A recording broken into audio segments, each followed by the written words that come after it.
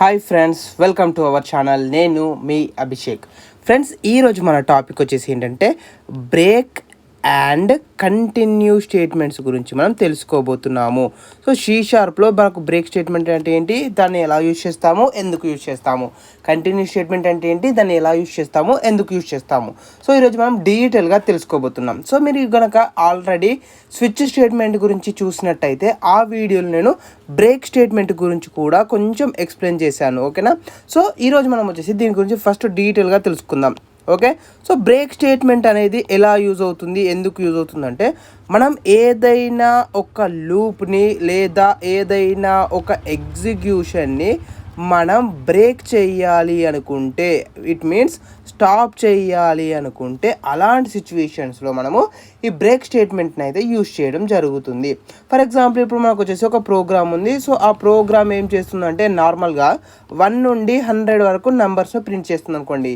For example, నేనేమనుకుంటున్నానంటే 55 అనే number దగ్గర programme యొక్క ఎగ్జిక్యూషన్ ఏదైతే ఉంటుందో ఆ ప్రోగ్రామ్ యొక్క ఎగ్జిక్యూషన్ని బ్రేక్ చేయాలి లేదా ప్రోగ్రామ్ యొక్క ఎగ్జిక్యూషన్ని స్టాప్ చేయాలి అనుకుంటున్నాను. సో అలాంటి సిచ్యువేషన్స్లో కనుక మనము ప్రోగ్రామ్ని స్టాప్ చేయాలి అనుకుంటే, అలాంటి సిచ్యువేషన్స్లో మనము బ్రేక్ స్టేట్మెంట్ని యూజ్ చేయడం జరుగుతుంది.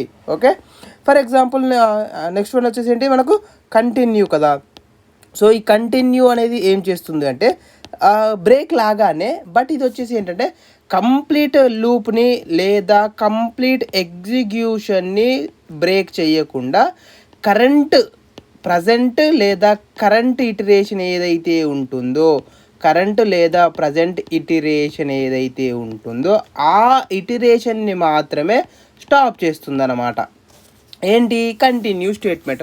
ఫర్ ఎగ్జాంపుల్, ఇప్పుడు నేను వచ్చేసి సేమ్ ఇంతకుముందు రాగానే 1 నుంచి 100 వరకు ప్రింట్ చేయాలనుకుంటున్నాను. బట్ 55 దగ్గర నేను ఫర్ ఎగ్జాంపుల్ కంటిన్యూ స్టేట్మెంట్ని యూజ్ చేశాను అనుకోండి. సో 1 నుండి 54 వరకు ప్రింట్ అవుతాయి, 55 ఒక్కటి ప్రింట్ అవ్వదు, మళ్ళీ 56 నుంచి 100 వరకు ప్రింట్ అవుతాయి. మనం ఏదైతే కండిషన్ని అప్లై చేస్తున్నామో, ఏ వాల్యూకి అయితే మనం కంటిన్యూని అప్లై చేస్తున్నామో ఆ ఒక్క వాల్యూ, ఆ ప్రజెంట్ ఇటరేషన్, ఆ కరెంట్ ఇటరేషన్ మాత్రమే వర్క్ అవ్వదు. సో మిగిలినవి రిమైనింగ్ ఏవైతే ఉంటాయో ఆ రిమైనింగ్ అన్నీ యాజ్ ఇట్ ఈస్గా వర్క్ అవుతాయి. ఎప్పుడు? కంటిన్యూ యూజ్ చేసినప్పుడు. బ్రేక్ యూజ్ చేస్తే ఏమవుతుంది, కంప్లీట్ ప్రోగ్రామ్ ఏదైతే ఉంటుందో ఆ కంప్లీట్ ప్రోగ్రామ్ కూడా స్టాప్ అవుతుంది. బట్ కంటిన్యూ చేసినప్పుడు ఏమవుతుంది, ఓన్లీ కరెంట్ ఇటరేషన్ మాత్రమే స్టాప్ అవుతుంది. కరెంట్ ఎగ్జిక్యూషన్ ఏదైతే ఉంటుందో ఆ ప్రజెంట్ వన్ మాత్రమే స్టాప్ అవుతుంది. మిగిలిన రిమైనింగ్ ఏదైతే ఉంటుందో ఆ రిమైనింగ్ అనేది యాజ్ ఇట్ ఈస్గా వర్క్ అవ్వడం జరుగుతుంది. సో ఇప్పుడు మనం వచ్చేసి ఒక బేసిక్ ఎగ్జాంపుల్ అయితే తెలుసుకుందాం. ఫర్ ఎగ్జాంపుల్, ఇప్పుడు నేను ఏం చేస్తున్నాను అంటే సింపుల్గా ఒక ఫర్ లూప్ని క్రియేట్ చేశాను. అండ్ ఫర్ లూప్ ద్వారా int i = 1 నుంచి స్టార్ట్ చేస్తున్నాను. i <= 10 i++ అని ఇచ్చేసాను. ఓకే, సో ఫర్ లూప్ గురించి మనకు ఆల్రెడీ తెలుసు కాబట్టి నేను డైరెక్ట్గా రాసేస్తున్నాను. సో ఇప్పుడు మనం ఏం చేస్తున్నామంటే సింపుల్గా ఇక్కడ మీరు అవుట్పుట్ని ప్రింట్ చేస్తాం కదా, మనం నార్మల్గా అయితే console.writeLine of i వాల్యూ ఏదైతే ఉంటుందో i వాల్యూని మనం ప్రింట్ చేసేస్తున్నాం ఈ విధంగా. బట్ ఇప్పుడు నేను అలా కాకుండా కొంచెం చేంజ్ చేయాలి అనుకుంటున్నాను. ఆ చేంజ్ ఏంటి అంటే, నేను డైరెక్ట్గా అవుట్పుట్ని ప్రింట్ చేయకుండా ఒక కండిషన్ని అప్లై చేయాలి అనుకుంటున్నాను. ఆ కండిషన్ ఏంటంటే, for example, if conditions apply చేయడానికి మనం ఏం చేస్తాము, ఇఫ్ స్టేట్మెంట్ యూజ్ చేస్తాం కదా. If i = 5. చూడండి, ఇక్కడ మనం ఏం చేసామో ఒక కండిషన్ని అప్లై చేసాము. ఆ కండిషన్ ద్వారా నేనేం చేస్తున్నాను అంటే, ఇఫ్ i = 5, i అనే వాల్యూ ఏదైతే ఉందో ఆ i అనే వాల్యూ 5కి ఈక్వల్గా అయినప్పుడు అనేది కండిషన్. సో అప్పుడు ఏం చేస్తున్నాము, మనము బ్రేక్ అనేది యూజ్ చేస్తున్నాము. సో నేను బ్రేక్ అని ఇచ్చేసాను. ఓకేనా? సో ఇప్పుడు దీని యొక్క అవుట్పుట్ కనుక చూసినట్టయితే మనకి ఏమవుతుంది అంటే 1 2 3 4 ఇది మాత్రమే ప్రింట్ అవ్వడం జరుగుతుంది. ఓకే, సో ఇది ఎప్పుడు మనకు break statement. So break statement use అయినప్పుడు మనకు int i = 5 అంటే ఇక్కడ మనం ఏం చేస్తామంటే console.writeLine of iని ప్రింట్ చేస్తాము. సో iని ప్రింట్ చేస్తేనే కదా మనకు 1 2 3 4 అని ప్రింట్ అవుతాయి. సో మనం ఏం చేస్తామంటే i = 5 ఎప్పుడైతే అవుతుందో i = 5 అయినప్పుడు మనం బ్రేక్ అని ఇచ్చేసాం కాబట్టి i=5 అవ్వగానే ప్రోగ్రామ్ యొక్క ఎగ్జిక్యూషన్ అనేది అక్కడితో స్టాప్ అయిపోతుంది. సో ప్రోగ్రామ్ ఎగ్జిక్యూషన్ స్టాప్ అయిపోయింది కాబట్టి మనకు ఓన్లీ 4 వరకు మాత్రమే అవుట్పుట్లో ప్రింట్ అవ్వడం జరుగుతుంది. ఫర్ ఎగ్జాంపుల్ ఇప్పుడు ఇదే ప్రోగ్రాంలో మనము కంటిన్యూని యూజ్ చేసాం అనుకోండి. ఇంట్ i = 1, i <= 10, i++ if i = 5 continue. So ఇప్పుడు నేను ఏం యూజ్ చేస్తున్నాను, కంటిన్యూ స్టేట్మెంట్ ఏదైతే ఉంటుందో ఆ కంటిన్యూ స్టేట్మెంట్ని యూజ్ చేస్తున్నాను. సో console.writeLine ఆఫ్ i వాల్యూని ప్రింట్ చేసేస్తున్నాం యాజ్ ఇట్ ఈస్గా. ఇప్పుడు చూడండి, ఇప్పుడు మనకు అవుట్పుట్ ఏమని ప్రింట్ అవుతుంది, మనకు కంటిన్యూ యూజ్ చేసినప్పుడు ఏమవుతుంది, కరెంట్ ఇటరేషన్ ప్రజెంట్ ఇటరేషన్ ఏదైతే ఉంటుందో ఆ ఒక్కటి మాత్రమే ప్రింట్ అవ్వకుండా మిగిలిన ఎగ్జిక్యూషన్ అంతా కూడా జరుగుతుంది. కరెంట్ ఇటరేషన్ మాత్రమే వర్క్ అవ్వదు. సో కరెంట్ ఇటరేషన్ అంటే ఏంటి, మనము i = 5 అని ఇవ్వడం జరిగింది. సో i = 5 ఇచ్చేసాం కాబట్టి 1 2 3 4 5 ఏదైతే ఉందో ఆ 5 ఒక్కటి మాత్రం ప్రింట్ అవ్వకుండా మళ్ళీ రిమైనింగ్ అవుట్పుట్ ఏదైతే ఉంటుందో ఆ రిమైనింగ్ అవుట్పుట్ అనేది మనకు యాజ్ ఇట్ ఈస్గా అలాగే ప్రింట్ అవుతుంది. ఇక్కడ మనకు బ్రేక్ ఇచ్చినప్పుడు ఏమవుతుంది, కంప్లీట్ ఎగ్జిక్యూషన్ ఏదైతే ఉంటుందో కంప్లీట్ ఎగ్జిక్యూషన్ కూడా మనకు స్టాప్ అవుతుంది.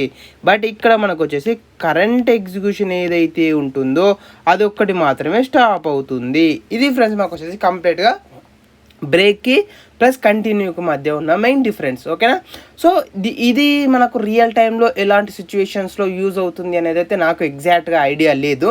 బట్ నార్మల్గా అయితే దీని యూసేజ్ ఇదనమాట. మనం ఎక్కడైనా బ్రేక్ చేయాలి అనుకుంటే, ప్రోగ్రామ్ యొక్క ఎగ్జిక్యూషన్ని స్టాప్ చేయాలి అనుకుంటే అలాంటి సిచ్యువేషన్లో మనం బ్రేక్ని యూజ్ చేస్తాము. ఏదైనా ఒక సిచ్యువేషన్లో మనం ప్రజెంట్ ఇటరేషన్ని కరెంట్ ఇటరేషన్ని మాత్రమే స్టాప్ చేసి మిగిలిన ఎగ్జిక్యూషన్ని కంటిన్యూ చేయాలి అనుకుంటే అలాంటి సిచ్యువేషన్లో మనము కంటిన్యూ స్టేట్మెంట్ని యూజ్ చేయడం జరుగుతుంది. సో ఒకసారి దీన్ని మనం ప్రోగ్రామ్ రాసి చూద్దాం. సో లేట్ చేయకుండా మనం డైరెక్ట్గా సిస్టమ్ వ్యూలో.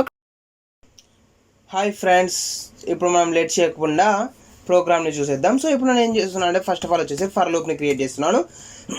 సో ఫర్ లూప్ని యూజ్ చేసి మనం ఇంతకుముందు ఏ విధంగా అయితే థియరీలో చూసామో అదే విధంగా నేను ఒక ప్రోగ్రామ్ రాస్తున్నాను.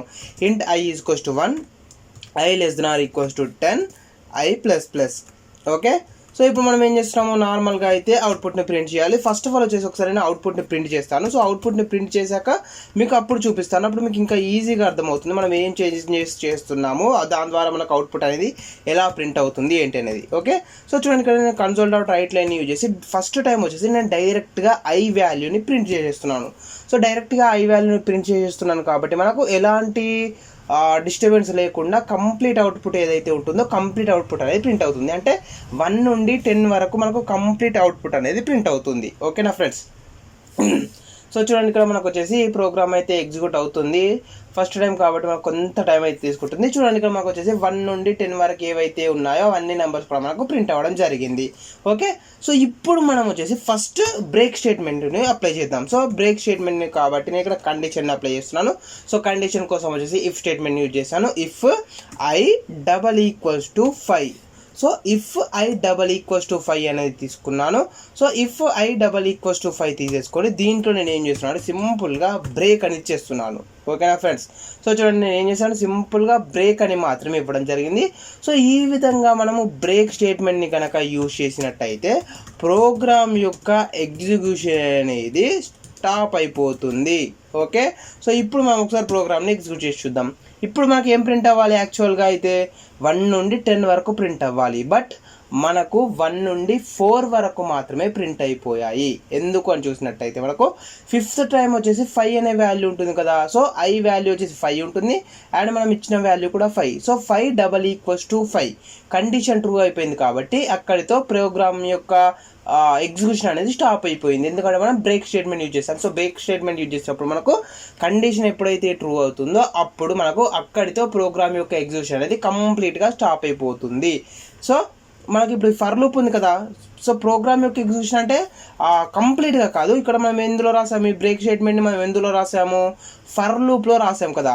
సో ఫర్ లూప్లో ఉన్న ఎగ్జిక్యూషన్ మాత్రమే ఆగిపోతుంది అనమాట. సో ఇక్కడ చూడండి, ఫర్ ఎగ్జాంపుల్ నేను console dot right line of అని కొంచెం అవుట్పుట్ని అవుట్ సైడ్లో రాస్తున్నాను, ఫర్ లూప్కి అవుట్ సైడ్లో రాస్తున్నాను. సో ఈ ఫర్ లూప్కి అవుట్ సైడ్లో రాసిన అవుట్పుట్ ఏదైతే ఉంటుందో ఆ అవుట్పుట్కి ఎలాంటి చేంజ్ అనేది ఉండదు. జస్ట్ మనం ఇప్పుడు ఫర్ లూప్లో రాస్తున్నాము. సో ఈ ఫర్ లూప్ స్టాప్ అయిపోతుంది అనమాట ఎగ్జిక్యూషన్. సో మనం ఎక్కడైతే రాస్తున్నామో ఈ బ్రేక్ స్టేట్మెంట్ని ఆ లూప్ మాత్రమే స్టాప్ అయిపోతుంది. ఓకే, సో ఇప్పుడు చూడండి, ఒకసారి ప్రోగ్రామ్ని ఎగ్జిక్యూట్ చేశాను. సో ప్రోగ్రామ్ ఎగ్జిక్యూట్ చేసినట్టయితే మనకు హలో వెల్కమ్ అనేది కూడా ప్రింట్ అవ్వడం జరుగుతుంది. చూడండి, మనకు హలో వెల్కమ్ అనేది కూడా ప్రింట్ అయిపోయింది. అంటే మనం ఈ బ్రేక్ స్టేట్మెంట్ని ఏ లూప్లో అయితే రాస్తున్నామో, ఫర్ లూప్లో కావచ్చు, స్విచ్లో కావచ్చు, లేదా వైల్ లూప్లో కావచ్చు, ఈ విధంగా మనం ఏదైతే లూప్లో రాస్తున్నామో ఆ లూప్ అనేది కంప్లీట్గా స్టాప్ అయిపోతుంది. ఓకే, సో ఇక్కడ మనకు ప్రోగ్రామ్ అని కాకుండా లూప్ అని పెట్టుకుందాం. సో మీకు కన్ఫ్యూజ్ అవ్వకుండా ఉంటుంది. Loop execution stops.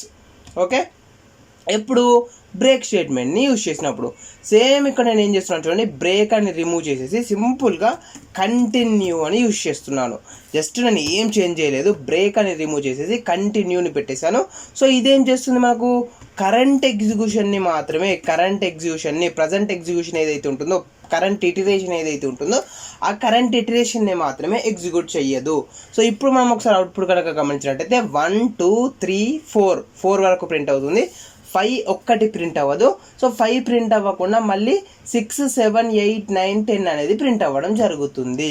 Okay, so ఇప్పుడు మీకు అయితే కంప్లీట్గా అర్థమైపోయింది కదా.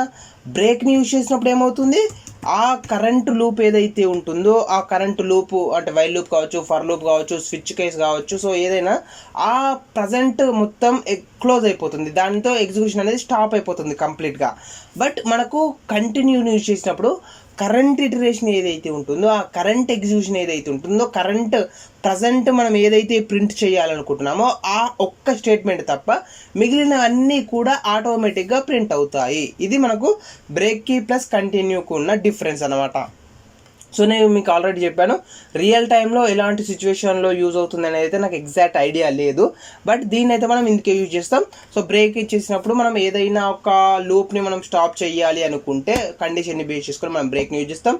ఏదైనా ఒక ప్రోగ్రామ్ని లూప్ని మనం ఏదైనా ఒక కరెంట్ ఇటరేషన్ దగ్గర ప్రజెంట్ ఏదైనా ఒక కండిషన్ని బేస్ చేసుకొని ఆ ఒక్క అవుట్పుట్ మాత్రమే ప్రింట్ అవ్వకూడదు అనుకుంటే అలాంటి సిచ్యువేషన్స్లో మనము కంటిన్యూని యూజ్ చేయడం జరుగుతుంది. ఓకేనా ఫ్రెండ్స్, ఇది ఫ్రెండ్స్ మాకు వచ్చేసి ఈరోజు టాపిక్. ఈ వీడియో కనుక మీకు నచ్చినట్లయితే లైక్ చేయండి, అలాగే మీ ఫ్రెండ్స్తో షేర్ చేసుకోండి, అండ్ సబ్స్క్రైబ్ చేసుకోవడం మాత్రం మర్చిపోకండి. Thanks for watching.